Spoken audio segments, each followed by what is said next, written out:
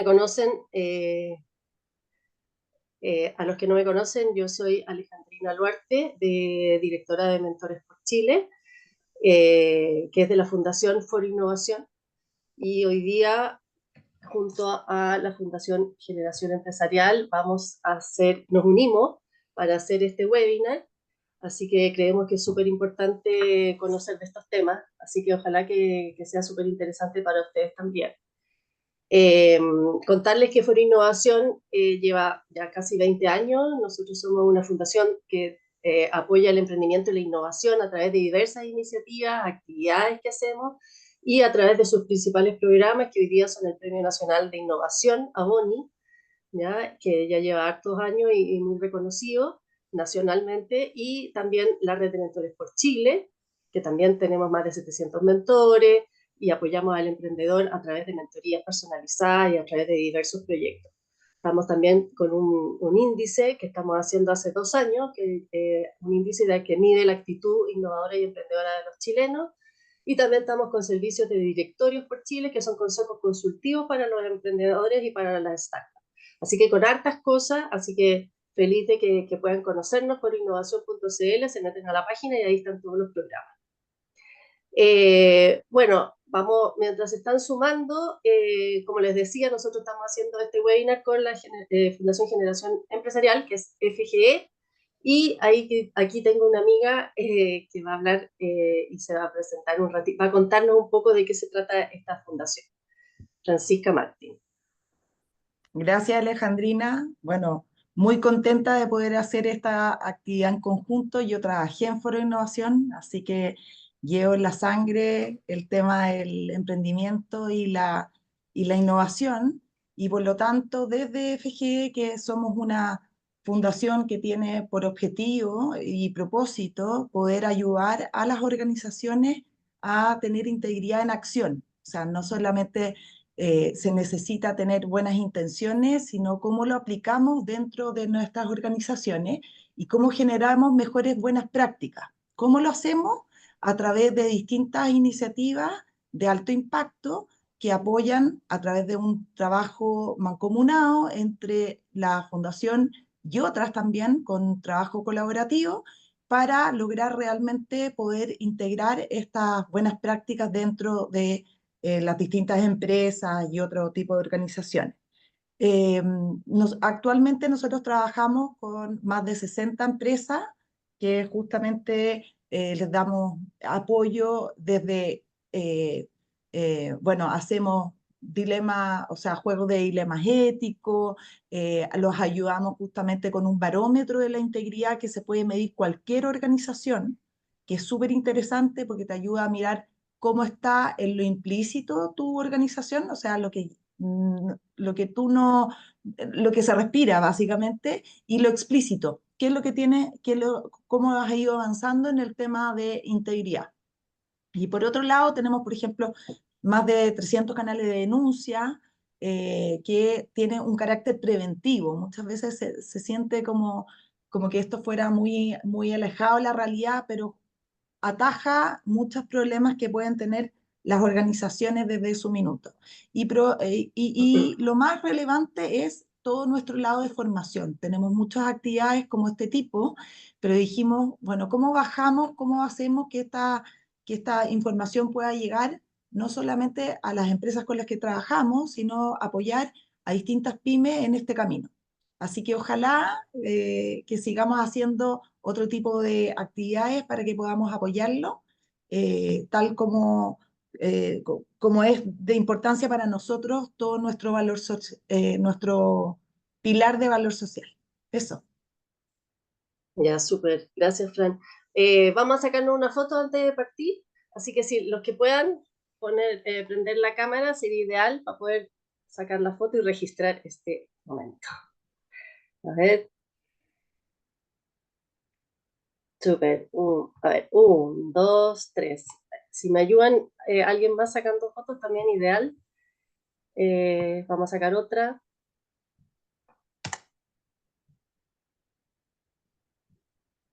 Hay otra hoja.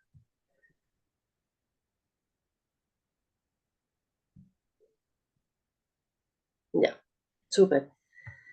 Gracias. Ya, vamos a partir. Entonces, para que, en honor al tiempo, partimos al tiro. Queremos, antes de partir y de presentarle al experto y al speaker que nos va a hablar, tenemos un mentí como para entender qué tipo de perfil es el que está hoy día reunido, porque hay mentores, hay emprendedores, hay gente que puede estar empleada, no sé. Entonces queremos ver qué tipo de personas somos para que nos podamos enfocar en este perfil que estamos acá reunidos. Así que aquí hay un QR que vamos a contestar. Son dos preguntas nada, como para tener un barómetro de quiénes somos. Ya, aquí lo estamos preparando. Perdón, solamente entrando a menti.com, tiene que poner el código que está ahí arriba, no importa que no tengan el código QR. Menti.com y tienen que ingresar el número que está ahí arriba, que es 716-39372.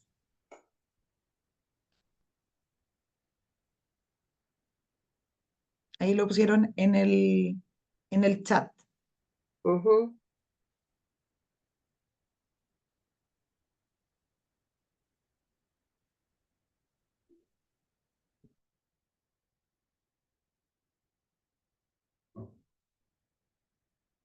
Acá. La primera pregunta, ¿cuántos empleados tiene la empresa donde trabajas? Para que vayan respondiendo.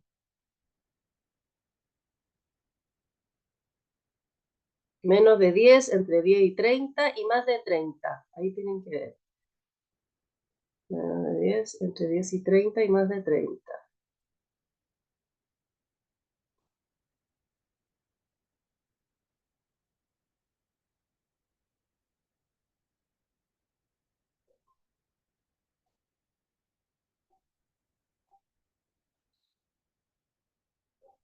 Entre 10 y 30 va subiendo.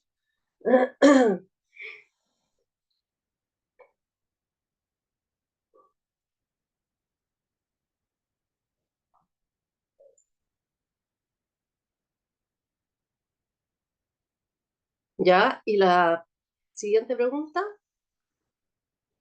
¿qué tipo de empresa te consideras? O dónde trabajas o dónde participas. Micro, pequeño o grande.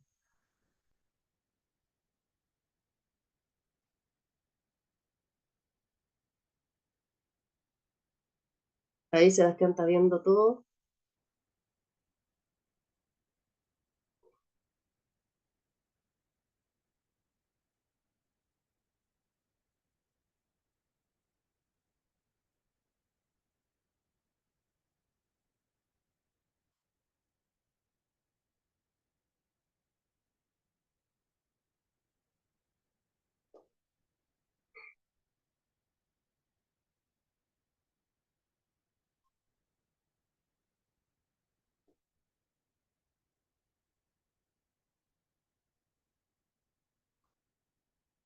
¿Ya? Ahí ya nos damos una idea más o menos de quiénes somos los que estamos acá presentes. Así que ya, nos vamos al tiro a conversar con Sebastián Achondo. Él es abogado asociado de ZA, del estudio ZA. Yo imposible pronunciarlo, así que él se va a presentar. Así que, Sebastián, y los que quieran, a ver, cerramos los micrófonos y los que quieran hacer preguntas las pueden ir dejando por el chat y al final les vamos a ir respondiendo. Vamos a tener un tiempo para responderlas. Así que cualquier pregunta la van poniendo por el chat. Sebastián. Perfecto, muchas gracias Alejandrina. Hola, muy buenos días a todos. De repente puede ser un horario ahí medio justo, así que en la medida que se vaya conectando las personas, por favor, ahí mutear el micrófono.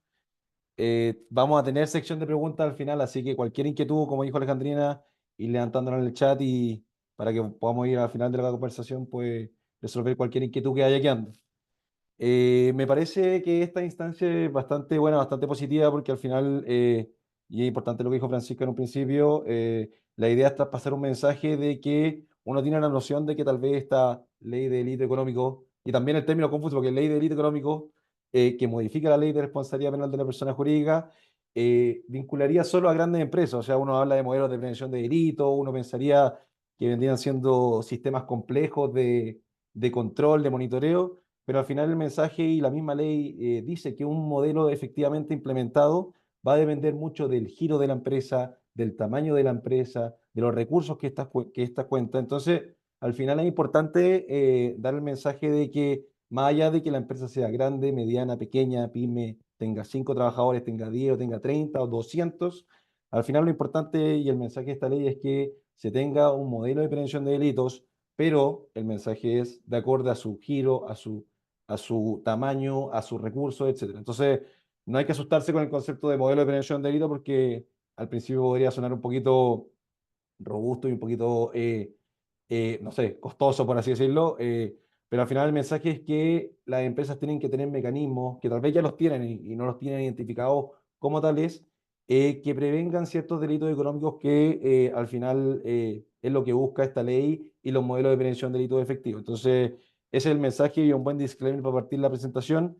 Me parece una súper buena instancia poder transmitir esta información y comentarle eso sí que la ley de delito económico es algo que ha estado en boga ya hace un tiempo, entonces puede ser que muchos de ustedes hayan escuchado y hayan estado en diversas charlas que tengan que ver con la ley de delito económico y la ley de responsabilidad penal de la persona jurídica, pero al final lo que busco yo con esta charla es darles una mirada distinta, comentarle evidentemente un poco el contexto de cómo nació esto, cómo se da y dónde estamos hoy día para después ir, evidentemente, viendo los lados positivos, los como vacíos que puedo entender que existen, y también como unos ciertos hitos, como por así decirlo, incógnitas, como semáforo rojo, para que vayamos discutiendo al final de la sesión cualquier inquietud que puedan tener. Así que ese es el contexto, espero que estén muy atentos y espero que les pueda servir para, para poder ahí procesar en su empresa. Así que la temática es luces rojas, amarillas y verdes. Yo voy a partir con las verdes como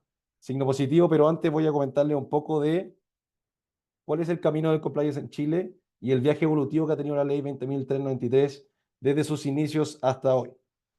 Es importante mencionarles que uno pensaría, y evidentemente esta ley de 20.393 que habla sobre los modelos de prevención de delitos tiene una integración abrupta en lo que es la esfera jurídica chilena.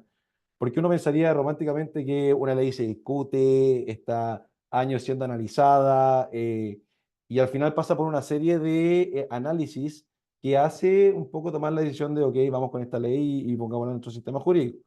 Lo que sucede con esta ley de responsabilidad penal de la persona jurídica, y con esto no retornamos en el tiempo al año aproximado 2010, es que si bien evidentemente existía de parte del sistema jurídico chileno una intención de querer un poco ser más ético de cara del marco jurídico hacia las empresas en su actuar, la creación de la ley 20.393, que es la que habla de los modelos de prevención de delito, tiene un nacimiento también con un poquito de intención de querer unir a Chile y posicionarlo como uno de los líderes estratégicos en torno a las buenas prácticas empresariales. Por eso aquí pues inicio el viaje con lo que es que Chile, buscando integrarse a la OCDE, empieza a maquinar y empieza aquí a orquestar todo lo que es la ley de 20.323, y en ese contexto, Chile lo que busca en ese sentido es unirse a esta organización, porque evidentemente unirse a esta organización te posiciona de manera estratégica a nivel internacional, porque al final te da más estatus, te da más estándares y al final te posiciona a nivel internacional en torno a la cooperación económica y eso trae evidentemente inversión extranjera y un posicionamiento global importante. Entonces, ¿por qué para Chile era importante unirse a la OCDE? Porque mencionarles que la OCDE es uno de los promotores clave a nivel mundial de lo que es la lucha contra la corrupción. O sea, es un eje y una promoción de la transparencia y la lucha contra la corrupción a nivel internacional. Entonces, evidentemente, unirse a la OCDE de cara a la órbita internacional y a la órbita de los inversores extranjeros era bastante importante. Entonces, ahí empieza como un poco el orquestarse todo lo que es la ley de delito, la ley de responsabilidad penal de la persona jurídica. ¿Qué se busca con esto al final? Es que exista una prevención de delitos financieros. O sea, la OCDE busca combatir el financiamiento del terrorismo y lo ve como una amenaza global. Y es por eso que busca la promoción y promueve de manera internacional cuestiones y prácticas que se vayan en contra de estos ilícitos. Entonces, al final, Chile buscaba posicionarse en este sentido, buscaba combatir estos delitos, evidentemente, pero buscaba también este otro fin, que era unirse a la OCDE y poder posicionarse a nivel mundial. De la mano con eso, también Chile buscaba unirse a lo que es el Grupo de Acción Financiera Internacional, que es otro organismo internacional que al final promueve también los estándares de buena ética y promueve los estándares de transparencia en las organizaciones, específicamente lo que tiene que ver con el lavado de activos, con combatir el lavado de activos y el financiamiento del terrorismo. Entonces, vamos viendo cómo existen dos organizaciones que son importantes a nivel internacional, y todo esto retornando al 2010, en donde Chile buscaba un poco integrarse en esta órbita y ser parte de estos grupos, para que evidentemente de cara internacional tuviéramos un poco ese plus de que somos parte de estos grupos, somos parte de estas organizaciones y tenemos un estándar ético que permite que las inversiones extranjeras vengan a Chile.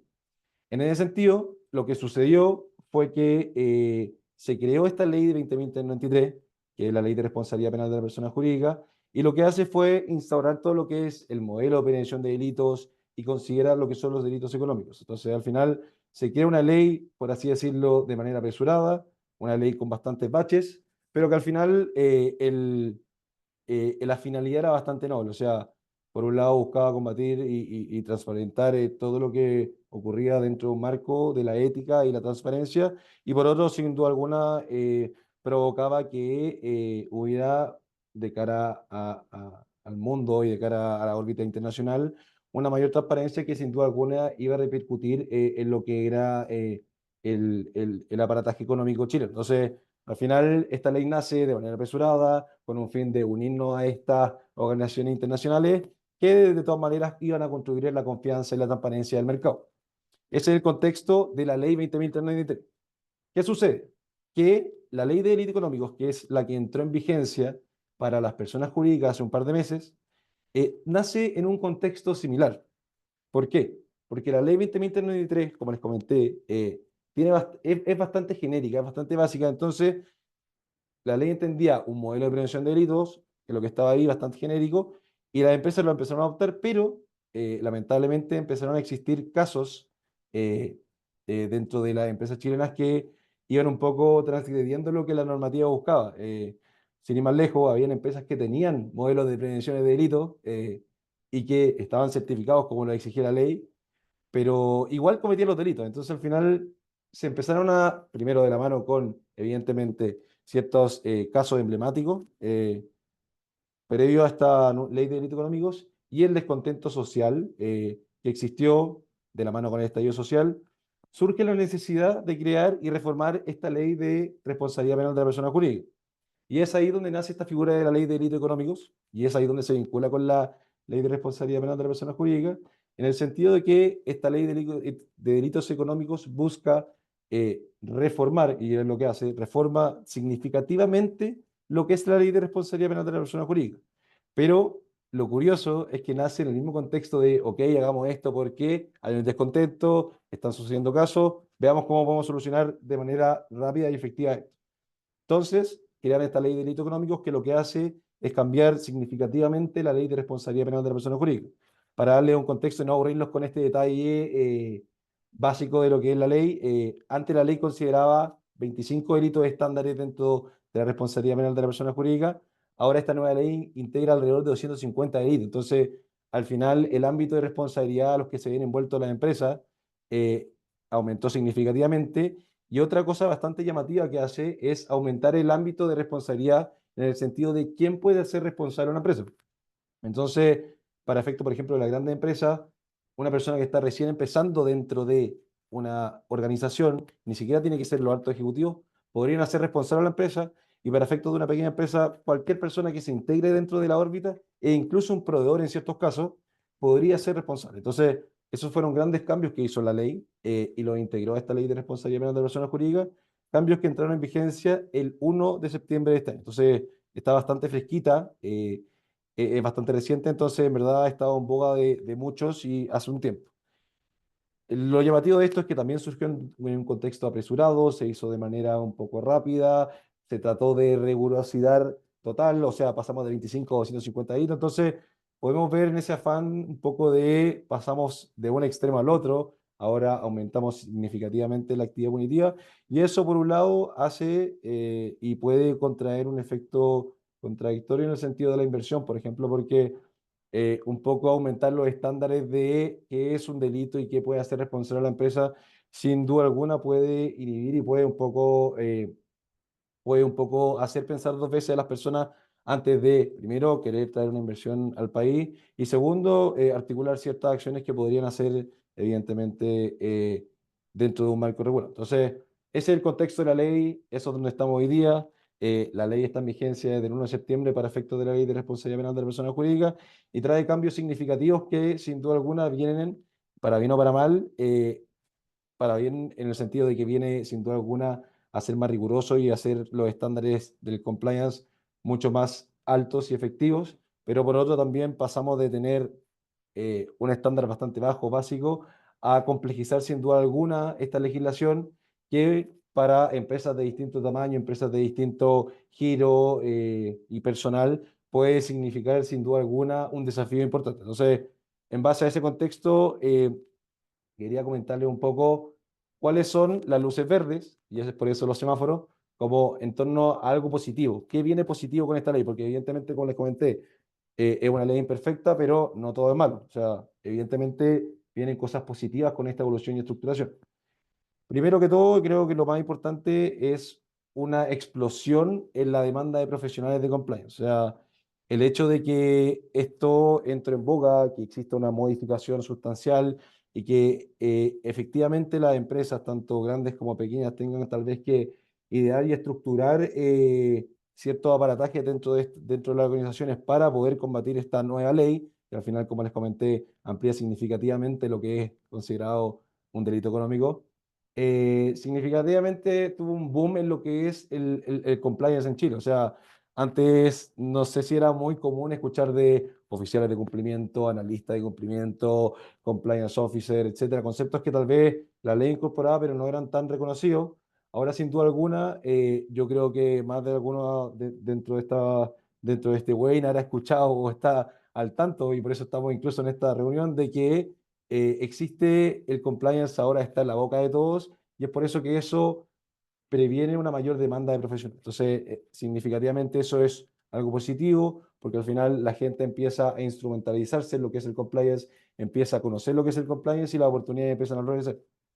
De la mano con eso, evidentemente, con el boom de la demanda de profesionales y con el crecimiento de lo que es todo lo que tiene que ver con el compliance y con los modelos de prevención de delitos, vienen nuevos servicios y soluciones. O sea, esto es como, al final es como un nuevo boom. De la mano con estos nuevos profesionales vienen nuevas ideas, nuevas innovaciones que se vinculan, evidentemente, con, por ejemplo, herramientas o plataformas para gestionar riesgos, nuevas ideas, cómo podemos nosotros dentro de nuestras empresas solucionar y un poco a paliar todos estos modelos que exige la ley y nuevos ámbitos de riesgo a los que nos vemos expuestos. Entonces, sin duda alguna, hay un boom en nuevos servicios, nuevas soluciones y nuevas herramientas que vienen un poco también a llamar y a impulsar el mercado, porque al final pasamos de no tener ofertas, conocer muy poco de qué empresas ofrecen estos servicios, al final a tener como un florecimiento un poco de lo que es todo el aparataje y el área del cumplimiento y los modelos de prevención de delito y de análisis de riesgo. Entonces, al final, eso también viene un boom desde el punto de vista de herramientas que tiene uno o que puede contar uno para poder combatir eventuales riesgos y delitos que pueden suceder dentro de una empresa. Otro punto también, y que va un poco de la mano con esto, es la especialización y sofisticación de lo que es el compliance. O sea, como les comenté, el 2010 para adelante, si bien teníamos una ley que hablaba del modelo de prevención de delitos, era bastante burdo, era bastante básica, entonces la gente lo entendía como un check legal y decía, ok, tenemos esto y cumplíamos. Esta ley exige un poco más de rigurosidad y en ese sentido exige a este nuevo boom de profesionales que se dedican al compliance cierta especialización y sofisticación de la mano con estas temáticas. O sea, para darle una idea, dentro de los ámbitos de riesgo que se identifican y dentro de los delitos económicos que se integran, tenemos distintas aristas. O sea, tenemos delitos económicos que se vinculan con el ámbito tributario, bastante importante temas medioambientales, temas que son incluso laborales con remuneraciones. Entonces, sin duda alguna, ya no basta con ser o con saber de compliance, sino que exige un poquito de especialización de parte de las personas que tienen que saber de este tema y especializarse un poco en torno a cada una de las líneas de desarrollo de las prácticas y de ámbitos de riesgo que se puedan identificar. Otro tema importante y que no es menor, esto aplica por un lado desde la órbita de las grandes empresas, pero también podemos redirigirlo, concepto directorio, a las personas que están manejando o están empezando en una empresa y que tienen ahí ese como guía o ese punto de voto dentro de tomar decisiones dentro de la empresa. Estos cambios normativos sin duda alguna están teniendo una repercusión importante porque al final las personas que toman decisiones tanto en una empresa grande como en una empresa pequeña están hablando con pleno. O sea, el hecho de que tengamos, por ejemplo, 50 personas metidas en este webinar, que se estén generando nuevas reglamentaciones, significa sin duda alguna que el tema del modelo de prevención de delitos y lo que es el combate de estos delitos económicos está siendo, sin duda alguna, un tema que las personas que toman decisiones dentro de la empresa están reconociendo. Entonces, esto por un lado nos ayuda un poco a valorar el riesgo, en el sentido de que las personas que están llamadas un poco a manejar, ok, vamos por esta estrategia, vamos por este lado, vamos por así, están valorando el riesgo de manera distinta. O sea, como les comenté, antes todo lo que era compliance era un checklist, ahora en verdad tiene que existir un análisis de qué puede ser ético y no ético dentro de una empresa para poder, evidentemente, accionar. Entonces, la valoración del riesgo va siendo distinta. O sea, tema reputacional hoy en día, sobre todo en el ámbito digital en el que vivimos, es bastante importante. Entonces, la valoración del riesgo va siendo distinta y va siendo mucho más importante en la toma de decisiones. De la mano con eso, evidentemente viene una integración estratégica de la toma de decisiones porque al final implementar lo que es, por ejemplo, un modelo de prevención de delitos que sea ajustado a la órbita de la empresa, que sea ajustado a los recursos que tengan, sin duda alguna también te posiciona de manera íntegra en lo que es el mercado, porque querámoslo o no, y sobre todo con los escándalos que hemos tenido últimamente en la órbita nacional, tener un modelo de prevención de delitos, tener sistemas que se articulan en torno a un comportamiento ético de la empresa, sin duda alguna son un valor agregado a la hora de poder adquirir y poder ir de cara al mercado a ofrecer ciertos servicios, porque da tranquilidad desde el punto de vista del inversor y da tranquilidad también desde el punto de vista de actuar de las personas. O sea, uno actúa mucho más tranquilo desde el punto de vista de trabajador cuando conoce y sabe que más allá de que existan controles específicos, técnicos y herramientas, si la empresa está bien posicionada y tiene los estándares claros de cómo quiere ver el compliance, la verdad que eso también a uno como colaborador lo tranquiliza. Entonces, te permite tener una estrategia empresarial a largo plazo exitosa. Y de la mano con esto, evidentemente, existe un mayor compromiso ético tanto de los directores de grandes empresas como personas que están partiendo una empresa y quieren poco dirigirla para dónde va, porque evidentemente existe y está existiendo, se está hablando de una mayor exigencia legal y una mayor ética y transparencia. Entonces, eso lo único que va a hacer a largo plazo es que exista mayor oferta y demanda en torno a los servicios que podemos hacer, pero lo más importante es que esta oferta y demanda sea transparente y sea legítima. O sea, y que las personas que tanto, por ejemplo, adquieren servicios de cierta empresa estén más tranquilos a la hora de comprarlo y como les comenté al final, las personas que trabajan dentro de estas empresas tengan la mayor confianza, la mayor libertad para poder accionar y poder actuar sabiendo que tienen el respaldo de una empresa de una pequeña, grande o mediana empresa que está tocando temas éticos y que tiene toda la transparencia en su pilar. Eh, Otro punto de vista es que, evidentemente, y adaptando un poco el concepto de luz verde a la realidad local, es que se está ajustando lo que es el compliance a lo que es la legislación chilena. O sea, como les comenté antes, teníamos una ley, 25 delitos, bastante burda. Ahora, evidentemente, si bien tal vez se agregaron un gran número de delitos, se amplió el ámbito de responsabilidad y eso significa, sin duda alguna, mayores estándares de cara a lo que es la legislación. El compliance y Chile se está adaptando a esta nueva realidad para ser más eficaces. Y es por eso y a donde yo siempre llamo la atención y comento que poner un modelo de prevención de delitos dentro de una empresa no significa que uno tenga que reinvertir, que tenga que contratar servicios, que tenga que llegar y decir, chuta, tengo que armarme un área de compliance, tengo que contratar a una persona que sepa, sino que con lo que tengo en la empresa, uno puede articular ciertas cosas que puedan ir un poco en torno al combate de lo que es la corrupción, la delincuencia y los delitos económicos. Y en ese sentido, se ha ido adaptando de manera local lo que es, lo que es el compliance. También, como les comenté, esto es algo, va sufriendo una evolución constante, debido a que los ámbitos de riesgo sin duda alguna se van vinculando con lo que son las nuevas como doctrinas o las nuevas como invenciones. Por un lado, por ejemplo, ahora hace poco salió la nueva ley de protección de datos, temas tecnológicos van siendo a la palestra, entonces el compliance va evolucionando conforme van evolucionando las tendencias. Entonces, al final el compliance no va quedando como algo obsoleto como pasó anteriormente, sino que va viendo cómo existe un continuo cambio de adaptación que, siendo esta ley de delito económico un puntapié inicial para reformar todo lo que tiene que ver con el cumplimiento en Chile. Y esto significativamente, y como lo comentaba ahora con la presentación, va a tener un impacto positivo en el mercado porque mayor transparencia, mayor ética a los negocios, sin duda alguna que de cara al ámbito local, evidentemente tiene un trasfondo positivo porque no habla de que se hacen las cosas bien en Chile, no habla de que se hacen las cosas bien de cara al consumidor, de cara a las personas que están optando por nuestros servicios y también de cara internacional, si tenemos estándares de ética, de transparencia, de confianza, eso también a la larga va a traer mayor inversión extranjera. Entonces, sin duda alguna, el compliance con una realidad en Chile va a traer un impacto positivo en el mercado. Eso como punto de vista de lo positivo que trae la ley, pero como les comenté, como fue rápida, entró en vigencia hace bien poco, todavía trae cierta confusión e incertidumbre en ciertos puntos que yo los he agrupado y me gustaría comentárselos hoy día. Eh, ¿Y por qué? Porque al final, como se hizo tan rápido, hay estándares poco claros en ciertas cosas. O sea, esta ley podríamos decirse que pasó de 0 a 100 en términos de aumentar la cantidad de delitos y el ámbito de quién hace responsable a la empresa.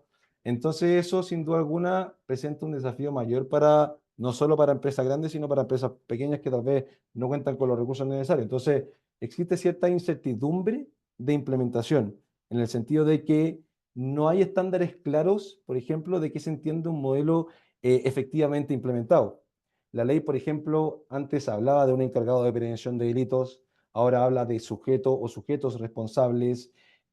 La ley dice que tienen que haber evaluaciones periódicas, pero no se dice qué tan periódicas tienen que ser. Entonces todavía hay estándares poco claros de qué se entenderá por un modelo de prevención de delitos efectivamente implementado. Lo que sí la ley establece, y ven claro en eso, que un modelo se entiende efectivamente implementado dependiendo del giro, dependiendo de los recursos y las personas que integran la compañía, y eso da a entender que todo lo que es compliance, todo lo que es el modelo de prevención de delitos, no es solo para grandes empresas, sino que también se aplica para medianas, pequeñas y pequeñas empresas que están recién saliendo al mercado. Entonces, incertidumbre en la implementación, todavía no sabemos bien para dónde va la cosa. No, esto no quiere decir que desde el 1 de septiembre para ahora no hayan salido ciertas guías o ciertos estándares de lo que se entiende. Hace poco salió una guía rápida de lo que es toda esta ley de delito económico por parte de la Fiscalía, pero al final siempre hay esa falta de alguna guía práctica estándar que venga de nuestros legisladores que dé a entender un poco qué se entiende por este modelo efectivamente implementado y cómo lo implementamos en nuestras empresas. De la mano con eso existe una ambigüedad en la aplicación, porque como les comenté, o sea, existen ciertos conceptos que antes se tenían, ahora no se tienen, encargado de prevención de delito, ahora tenemos sujetos responsables. Entonces, existen cierta ambigüedad en la aplicación práctica, en el sentido de que no hay criterios específicos de cuáles son los requisitos que tienen que existir para que una empresa tenga este modelo.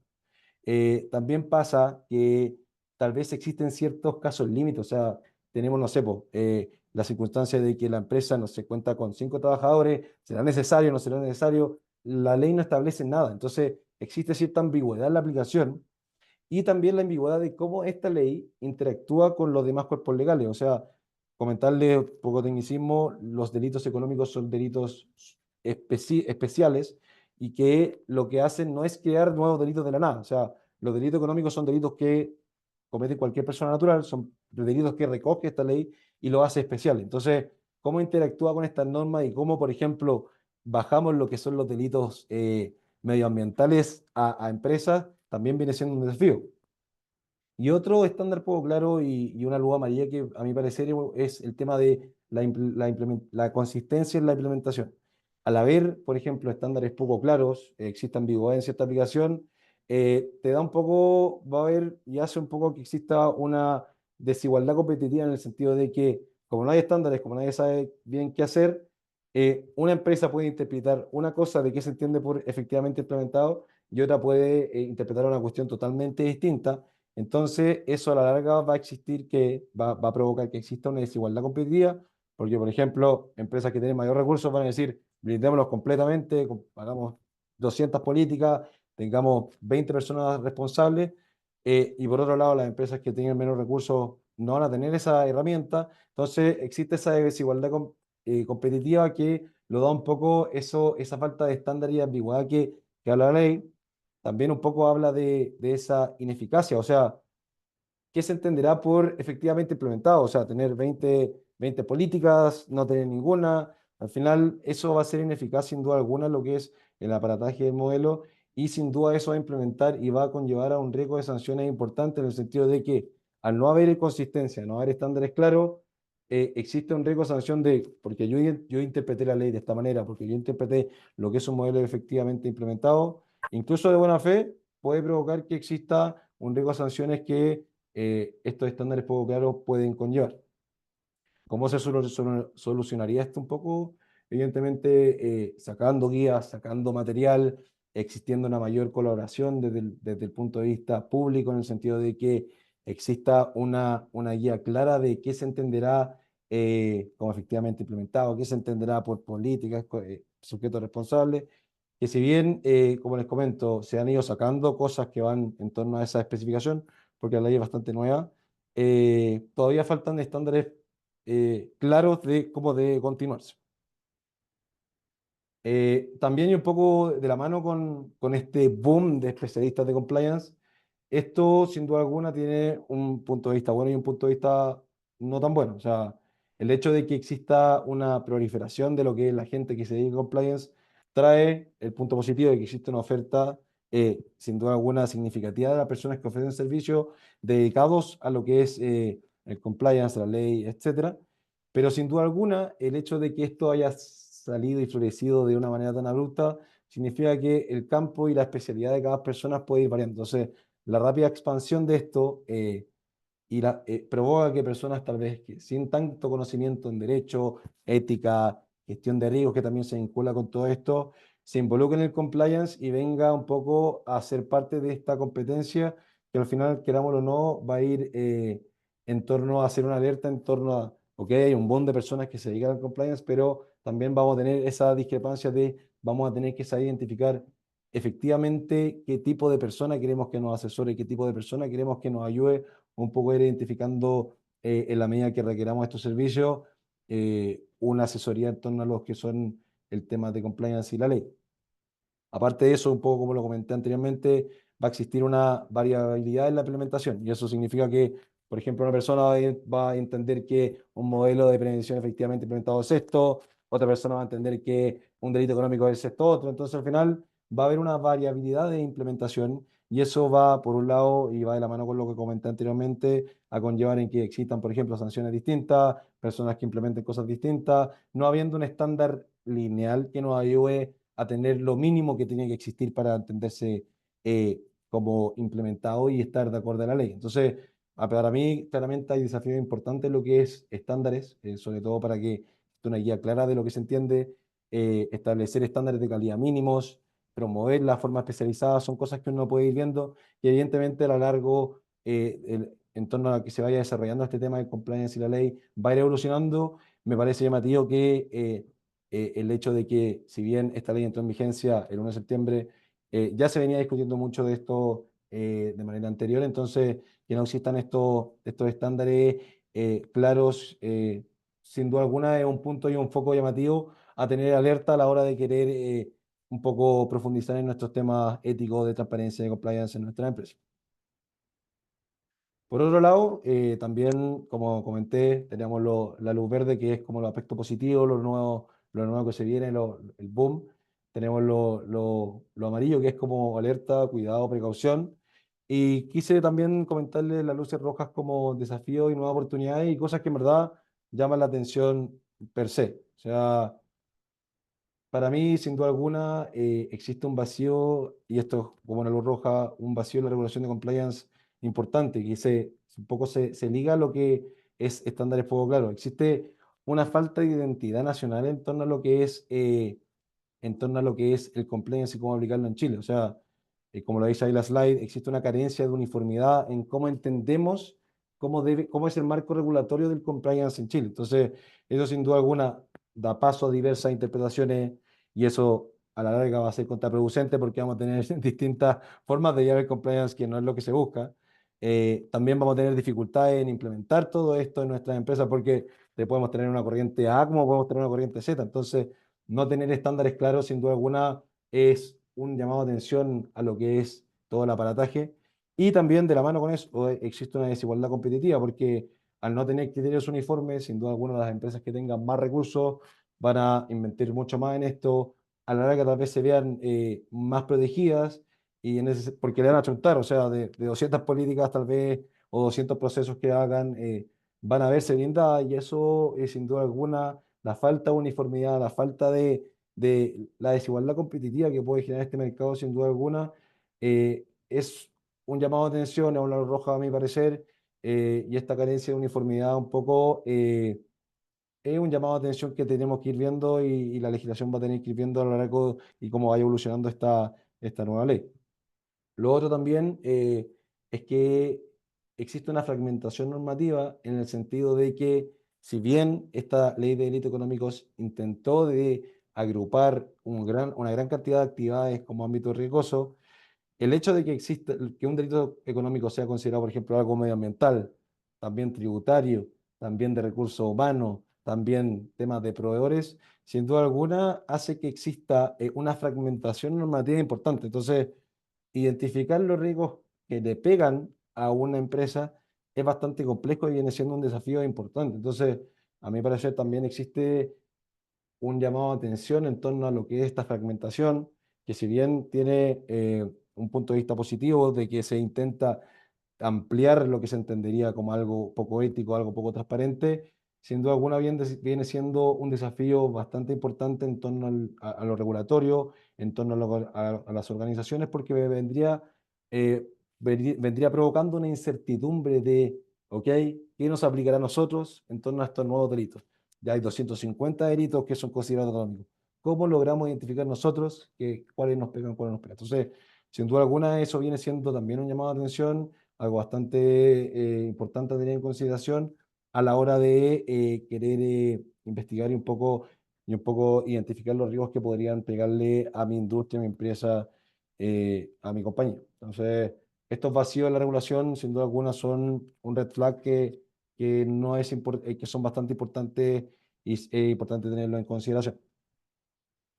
De la mano con eso, y lo pongo como algo rojo porque todavía no está bien definido, es para dónde queremos que vaya el compliance en Chile. O sea, podemos ver el compliance como algo estructural, lo estructural entendiéndose como algo que tenga puras normas y procedimientos detallados, que en esas se marque bien qué existe, qué tiene la empresa, cuántos procedimientos, que en esa misma enfoque estructural exista, por ejemplo, jerarquización de roles, esta persona manda, esta persona tiene que ver esto, que, que tenga de la mano con esos sistemas de controles internos, que al final el enfoque estructural refiere a que existe una estructura sólida de compliance, que eso evidentemente tiene cosas positivas y negativas.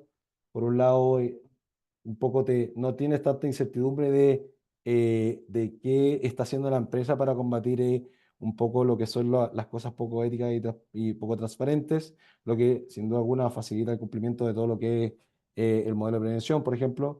Existe un mayor control porque evidentemente si tenemos una política X para procedimiento X, para acción X, evidentemente va a existir un mayor control a la hora de implementar ciertas cosas y evidentemente se va a seguir una línea normativa que va a ir de la mano con algo más estructurado. Pero desde mi punto de vista existen hartas desventajas que tienen que ver con esto. Por un lado, todo el tema competitivo, o sea, como le he comentado, esta ley integra y no menciona un scope específico para qué empresas debe aplicarse todo lo que el modelo de prevención de delitos. Entonces, está bien para empresas grandes que tienen recursos puede sonar muy bonito tener muchas políticas, pero para empresas que están recién partiendo eso sin duda es un desafío. Y por otro lado, también existe cierta rigidez con ciertas políticas. O sea, tener 100 políticas te habla de una estructura bastante rígida y en el torno empresarial en el que nos encontramos y en el torno dinámico, eso también de cara al mercado puede ser algo bastante limitativo. Por otro lado, existe formalidad excesiva, también un poco dificulta el accionar de ciertas empresas. Entonces, todo este ámbito estructural de manera formal es bastante bueno, pero tiene sus desventajas, que es bastante rígido, poco competitivo para ciertas empresas y un poco no es tan flexible a la hora de poder adaptarse. Otro enfoque que yo identifico que podemos aplicar en la normativa y en la órbita chilena es un enfoque más integral, y este enfoque más integral se refiere a integrar el compliance, la ética, la transparencia en la órbita y en la estrategia empresarial, que se fomente una cultura de compliance dentro de lo que es la toma de decisiones, el actuar de personas que están recién empezando. Eso también de la mano con que no haya tanta estructuración, te da cierta flexibilidad porque si bien la empresa está alineada en términos de compliance, eh, al no haber algo, una política que entorpezca ciertos procedimientos, te da mayor flexibilidad para, a la hora de adaptarte y sin duda que hay un énfasis más allá de política escrita en lo que es ética y cumplimiento, sin duda alguna va a repercutir en todos los niveles, tanto personas que empiezan como las personas que son dueñas de alguna compañía. Entonces, sin duda alguna, eso va más allá de lo que es una política estructural. Entonces, evidentemente, lo que es el enfoque integral tiene ventaja también, que es como existe un mayor compromiso de las personas que integran una empresa, porque al final, más allá de una política, oye, tengo que hacer esto porque la política me lo exige, las personas actúan, existe un mayor compromiso en torno a algo ético, existe de la mano con eso una mayor adaptabilidad, porque al final, al no tener tanto burocracia dentro de una empresa, me posibilita ser más flexible ante los cambios sin dejar de lado lo que es la ética. Pero esto también evidentemente tiene un gran contra, que es que exista menor control dentro de lo que es la órbita de accionar de una compañía. Entonces, al final, esta mayor flexibilidad que te da tener valores íntegros, integrar el compliance dentro de una compañía, sin duda alguna es complejo, suena muy bonito, pero es difícil llegar a, a personas que, por ejemplo, no son dueñas de una empresa, transmitirles estos valores para que sean parte de su accionar y sin duda alguna de cara formal tener poco control de lo que sucede, porque al final, al no tener una política, un procedimiento establecido, sin duda alguna no me ayuda a monitorear mucho lo que sucede. Entonces, ¿cuál es el enfoque ideal para mí? Va a sonar muy... No voy a mojarme mucho, pero mi ideal es que exista un enfoque mixto en el sentido de que es bueno tener política, es bueno tener procedimientos, pero tampoco es lo ideal llenarse de procedimientos, llenarse de políticas, sino que también es bueno integrar este enfoque integral dentro de las empresas. Entonces, para mí el mix ideal sería tener ciertos estándares básicos, ciertos políticos o procedimientos, pero que con lo que una empresa tenga, porque como les he comentado a lo largo de la presentación, lo más probable es que cada una de sus empresas, dentro de sus procesos, se realicen cosas que ustedes no identifiquen, tal vez que serían como un control.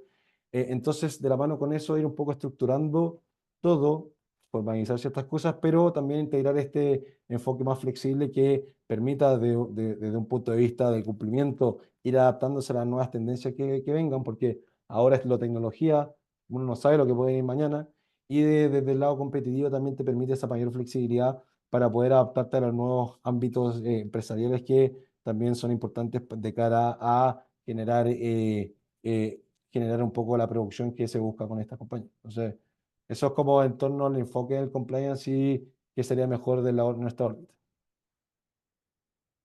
Ups, me pasa. Entonces, voy a pasar a hablar de conclusiones y ciertas recomendaciones. Mis conclusiones es que evidentemente existe un desafío de implementación y existe un desafío en torno a dictaminar la calidad del producto. O sea, como le he comentado, esta proliferación de la actividad, esta, este boom, sin duda alguna, previene un desafío desde el punto de vista de quiénes serán las personas adecuadas para eventualmente buscar asesoramiento, asesorarnos. Existe ciertos desafíos de implementación, porque al final no vamos a ver bien qué se entenderá por efectivamente implementado, necesitaré hacer esto, necesitaré hacer lo otro. Entonces, sin duda alguna existe un desafío en la implementación de lo que es el compliance en Chile. también en torno a la adaptación local y el desarrollo del compliance en lo que es la órbita nacional. Sin duda alguna, la ausencia de estos estándares viene a generar cierta incertidumbre en lo que es la práctica del compliance. Entonces, a mi punto de vista, esto viene siendo algo que tiene que tratarse porque si nos ligamos a lo que es la esfera, por ejemplo, norteamericana, que son poco pioneros en lo que es compliance, ellos sin duda alguna tienen harta normativa, harta jurisprudencia, tienen guías de qué se entiende por modelos efectivamente implementados. Entonces, tenemos que ir adaptando el ámbito local y desarrollando el compliance a estándares básicos que se adapten a nuestra realidad y que hagan sentido a las empresas chilenas. Y también un poco mi conclusión es que tiene que haber y tiene que existir esta integración del compliance estratégica, en el sentido de que tienen que existir ciertas políticas, procedimientos, pero de la mano con eso tiene que existir cierta flexibilidad, porque no sacamos nada teniendo muchas políticas, muchos procedimientos, si es que al final son de papel, no se cumplen o en la práctica no se realizan. Entonces, tener un poco ese enfoque tanto estructural como integral, vendría siendo una buena herramienta para poder enfrentar los desafíos que se vienen en el futuro. Ciertas recomendaciones que evidentemente se dan en torno a lo que he comentado de los modelos de prevención de delitos, etcétera, es que exista un monitoreo y mejora continua de los modelos de prevención. Aquí me quiero detener un poco porque efectivamente puede suceder que existan empresas que no tengan un modelo de prevención de delitos eh, como tal, pero aquí el llamado es a que exista un monitoreo y mejora continua de los procesos que ustedes tengan en su empresa. Entonces, ahí lo importante es ir monitoreando cómo se realizan las cosas, de la mano con eso, ir mejorando en donde se vayan identificando ciertos ámbitos, como acá estamos más flacos, acá estamos más débiles, vayamos un poco mejorando y de manera continua ir monitoreando nuestros procesos para que de esta manera los riesgos emergentes que puedan existir los vayamos combatiendo y de la mano con eso vayamos también evolucionando todo lo que tiene que ver normativamente con las empresas. Siempre, evidentemente, como existen este ámbito un poco de ambigüedad de ciertos enfoques que existen en esta nueva ley y un poco hacia dónde queremos ir, se recomienda en ciertos casos, cuando lo estime conveniente, cierto tipo de asesoría regular o acompañamiento, porque al final una cosa es identificar los riesgos desde nuestro punto de vista, al final a mí siempre me gusta comentar, uno es el que conoce mejor su negocio, entonces evidentemente uno sabe dónde está más crítico, uno sabe cómo se hacen las cosas, pero esa mirada de externa, esa mirada out of the box, al final puede sin duda alguna ser crucial a la hora de, por un lado, mantenerse al tanto de las nuevas legislaciones y de los nuevos mercados, y también te da un punto de vista distinto a la hora de poder enfocar ciertos riesgos que tal vez como uno es dueño de su negocio, no identifica, pero esta mirada externa te ayuda a identificar cosas que tal vez unos, al ser parte tan íntegra del negocio, no identifica.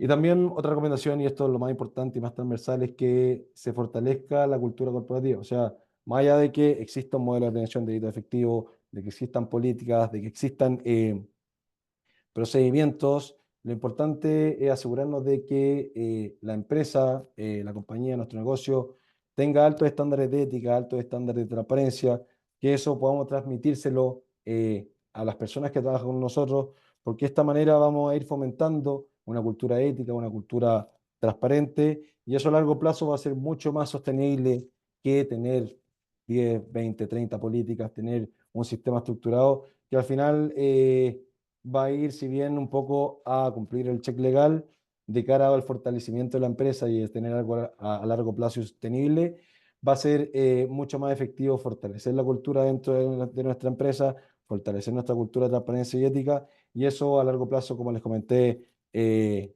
el principio de la presentación, de cara al trabajador que integra o es parte de la empresa, nos va a dejar mucho más tranquilos porque saben que primero están blindados por un negocio que actúa siempre de manera transparente, ética, y eso ha sido transmitido a los colaboradores, entonces ellos pueden actuar de manera así y pueden realizar más tranquilo su trabajo. Eso sin duda alguna se va a ver repercutido en cómo hacen las cosas y lo van a hacer de manera más efectiva. Y por otro lado, de cara, por ejemplo, al consumidor, van a estar mucho más tranquilos que se está contratando, que se está adquiriendo, y eso sin duda alguna va a repercutir en el mercado y va a traer una mayor tranquilidad a todo lo que es la industria. Entonces, esas son mis recomendaciones para lo que es todo este aparataje de la ley de responsabilidad penal de la persona jurídica y los delitos económicos. Así que ahora abrimos la sección de preguntas para alguna hay incertidumbre que pueda existir, así que ahí le pido colaboración tal vez a Francisca o Sí, me pueden Sebastián, ayudar. gracias. Sebastián, gracias. Hay harta pregunta, harta duda, así que Ya, estuvo buenísimo. buena la exposición. Vamos a ver, Fran.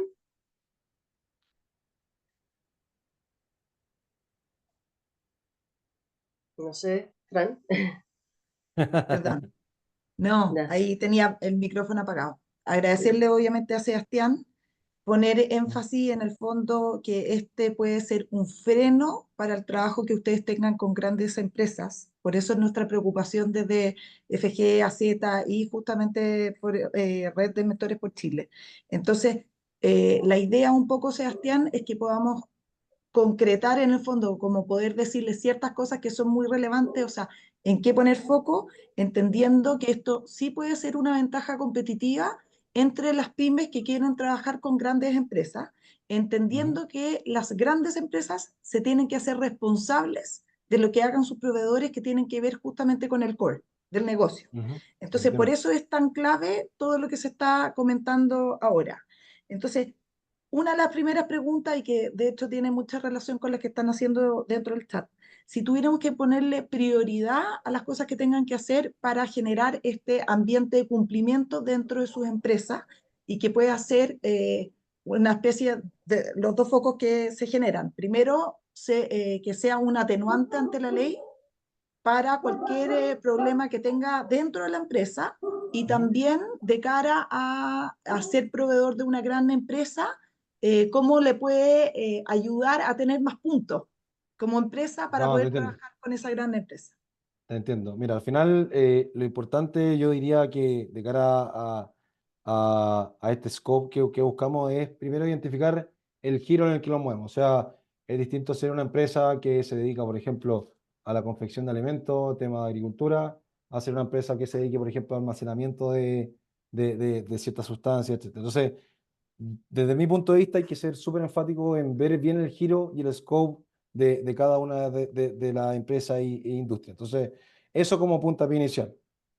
Eso te va a permitir identificar ciertos riesgos que, si bien existen ciertos delitos asociados, los delitos económicos integran hartos delitos penales, identificar bien el giro nos va a permitir identificar ciertos riesgos per se. O sea, como les digo, si es que mi scope, si es que mi industria se trata de tema de agricultura, evidentemente voy a tener que tener un foco mayor en lo que es manipulación de alimentos, todo el tema de pesticidas, por ejemplo. Entonces, sin duda alguna, eso va yendo en línea de lo que busca esta ley. O sea, puede sonar muy confuso, oye, 250 delitos, pero al final son conductas y son ámbitos de riesgo que se conducen a actividades diarias que se hacen en la empresa. Entonces, ese es mi primer punto. Yo creo que lo importante es identificar bien el giro. ¿A qué nos dedicamos?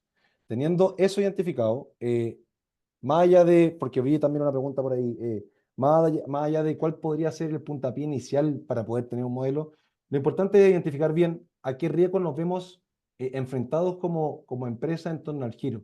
Más allá de estos delitos económicos, o sea, sentarse bien, empezar a mirar qué hacemos como empresa, cómo lo hacemos y a qué riesgos nos vemos enfrentados. Entonces, teniendo eso claro, ir un poco combatiendo estos baches que puedan existir. Por ejemplo, siendo una empresa pequeña, 5 trabajadores, que nos dedicamos al almacenamiento de cosas. Tal vez tener ahí, empezar, ok, si yo me dedico al almacenamiento, más allá de estar una política o un procedimiento, empezar a hacer registro de inventario formal. ¿Ok? Eso sin duda alguna va siendo un puntapié inicial que me va dando mayor transparencia y de cara a estas grandes empresas que tal vez quieran contratarme con mi proveedor, a la hora de analizarme y a la hora de hacerme tal vez algún chequeo, voy a poder mostrarle herramientas de que, por ejemplo, el control de inventario yo lo hago, lo tengo en esta herramienta. Por ejemplo, yo estas cosas las compro de esta manera. Entonces, tener bien identificado todos los procesos que se realizan dentro de la empresa.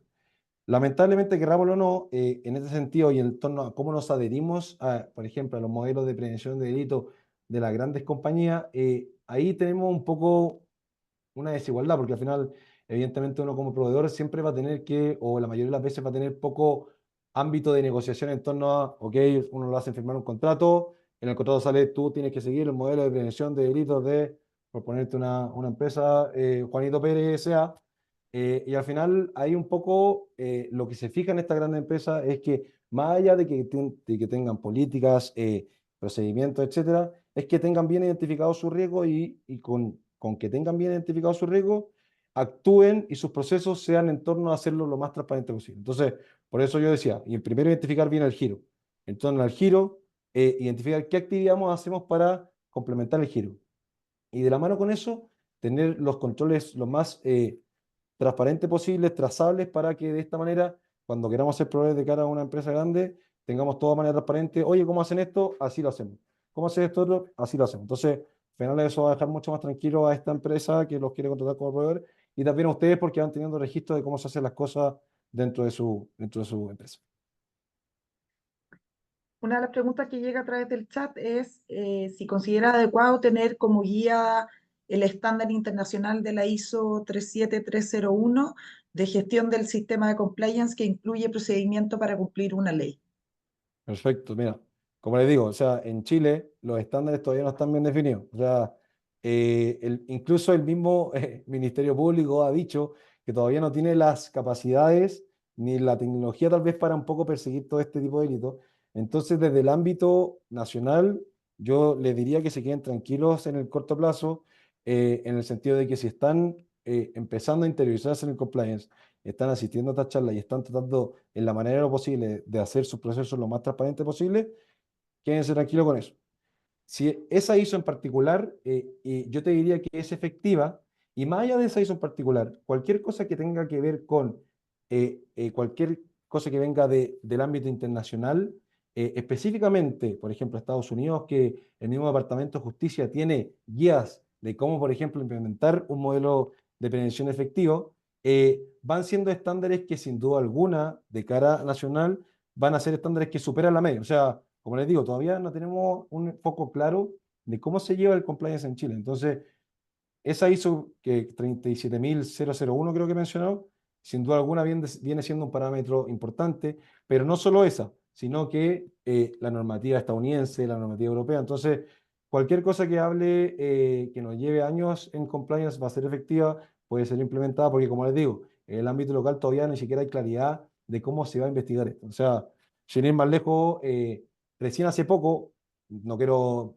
tener mucho detalle en esto, pero una de las sanciones que se imponen a las empresas es, por ejemplo, una figura de supervisión de la compañía. Entonces, una de las sanciones que viene es, ok, viene un supervisor que va a monitorearme las cosas como las hago, debido a que yo incurrí en un delito. Y recién el reglamento de cómo sucede esa supervisión salió hace un par de semanas. Entonces, recién nos estamos poniendo como al día con cómo vamos a ver esto de cara a lo que son las sanciones. Entonces, tema de regulación, la verdad que es bastante estándar. Yo lo que dije en la presentación.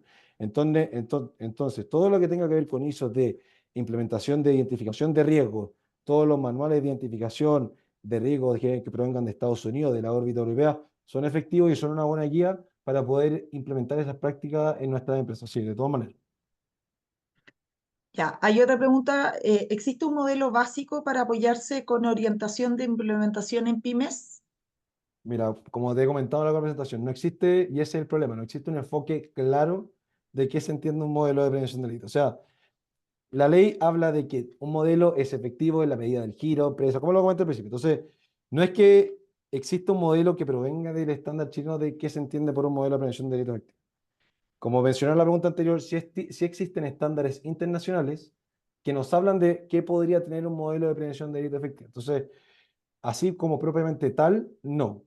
Mi respuesta y qué se entendería un modelo y cómo lo articulamos, por ejemplo, a pequeñas empresas, es que se identifiquen, como les dije, los riesgos, que nuestros procesos sean transparentes y que exista una persona un poco que vaya monitoreando todo esto y que pueda ir reportando y haciendo los cambios efectivos en torno a cuando se identifique una acción llamativa. Entonces, no es que un modelo de prevención de delitos signifique un cambio sustancial en la empresa. Como les dije, yo creo que muchas veces hay actividades que una empresa realiza y no sabe que son controles per se. Entonces, lo importante es ir identificando esos riesgos, o sea, ir identificando esas actividades que realizamos Por ejemplo, compra de servicios. ¿Cómo lo hacemos? Y metimos una orden de compra.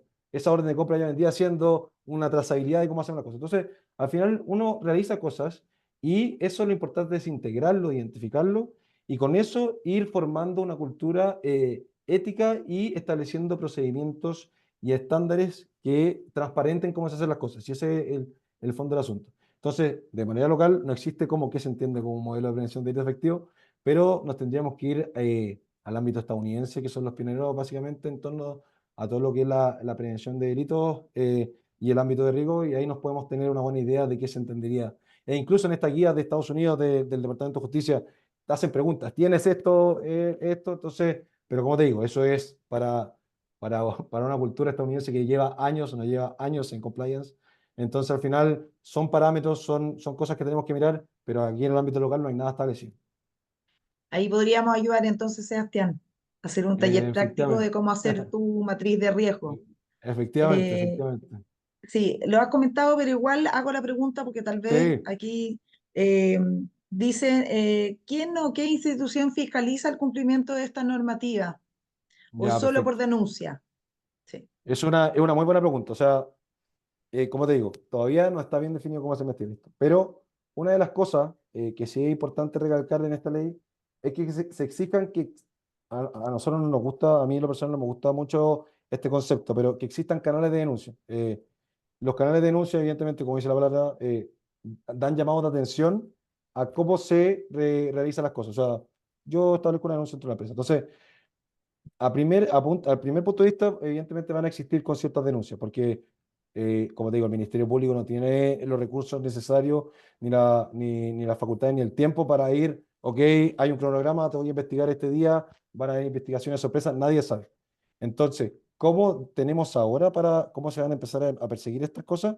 Es con denuncias. O sea, en torno, por ejemplo, a una fiscalización que existe en una empresa, oye, préstame tu canal de denuncia, tal vez, préstame tu procedimiento de denuncia. ¿Te has tenido alguna cuestión? Y así se van a ir levantando las alertas, pero todavía no hay nada, no se sabe nada cómo hacer el tema investigativo y de cómo se pueden llegar a iniciar la investigación y la persecución de este delito más allá de la denuncia, efectivamente. Eh, bueno, ahí yo creo que ya estamos como en la hora, son las 10:11, pero no Hay, sé hay, si, hay una última, Fran, ¿sí? ahí, que no sé si la alcanzaron a leer.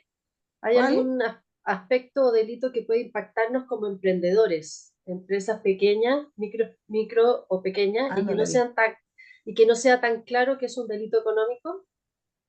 Sí, No. mira, incluso no ¿Mm? es que, incluso la ley es bien específica. Primero, darles el insight de que el modelo de prevención de delitos no especifica para grandes, pequeñas, medianas empresas. O sea, el tema de responsabilidad penal de la persona jurídica aplica para toda la empresa. Eso es como punto de partida.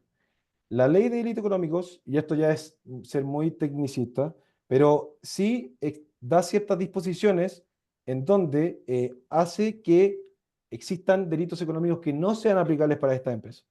El detalle de qué delito en específico no lo sé bien, pero sí existen ciertos delitos que no les aplicarían. Entonces, si bien existen, no es que existan requisitos especiales, sino que hay circunstancias que no les aplicarían como pyme, como pequeña empresa. Pero eso, la verdad que para el tema que nos compete hoy, el importante y el mensaje es que todo lo que tiene que ver con modelo de prevención y todo lo que tiene que ver con la ley de responsabilidad penal aplica. Entonces, no es que exista algo especial para por ser una pequeña empresa, no es que Mm. exista un régimen especial, ni mucho menos.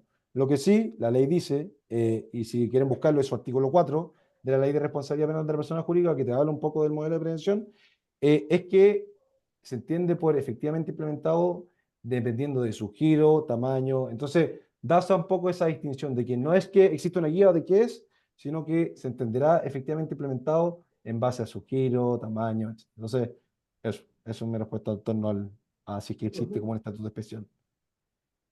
Perdón, es que justo también llegó otra buena pregunta. No, por favor, Dice dale. dónde pueden ver el listado de El delitos listado, económicos que incluye la sí, ley. en la ley, el confuso 21.595, pero si ustedes van a la ley 20.393, en el artículo, no me quiero equivocar, pero en el artículo 1 te habla de el ámbito y todos los delitos que se encuentran incorporados dentro de la ley de responsabilidad penal de la persona jurídica. El detalle de esos delitos está en la ley de delitos económicos.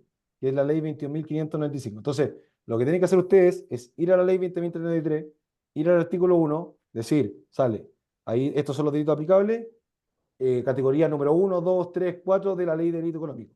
Y esas categorías están en los artículos 1, 2, 3, 4 de la ley de delito económico. Entonces, como ese juego pero la ley básica, la ley es de la 20.393. Ahí pueden sacar toda la información. ¿Ya? No sé si Vale. hay alguna que haya quedado, no sé si esta la dijiste, pero la encuentro buena, cuando habla de que no es necesario que una pequeña empresa contratar servicios, ¿qué se recomienda súper concreto, así, como Sí, para acercarse al compliance? ¿Qué medida? sí, como te digo, o sea, lo primero es sentarse como empresa, El identificar los servicio, riesgos. ¿qué tipo, claro, qué tipo de servicio así, eso? Efectivamente, y en torno a eso, identificando, como digo, no es necesario empezar a crear cosas, empezar a contratar servicios, sino que con lo que se tiene, como se hacen las cosas, ir estandarizándolas, tal vez. Como te digo, o sea, comprar cosas, cómo compramos los insumos básicos con los que trabajamos. ¿Sabéis Mm, que hagámoslo más estándar?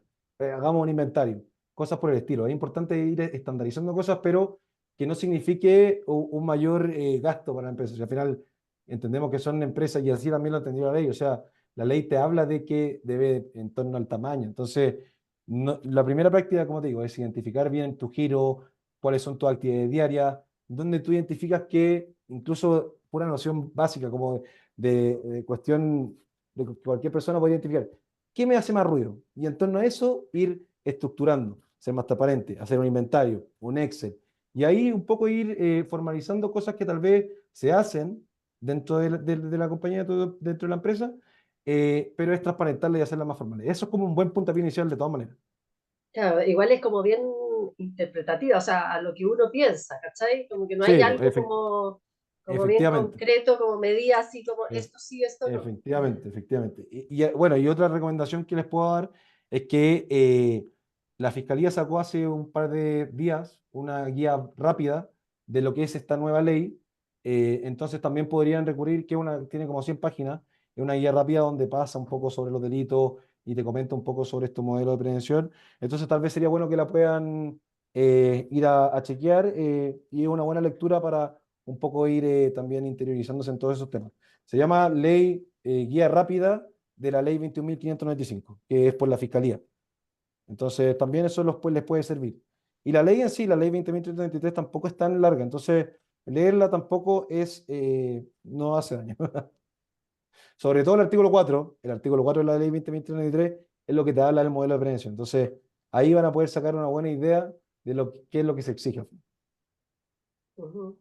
Perfecto, yo creo que ya con eso estamos.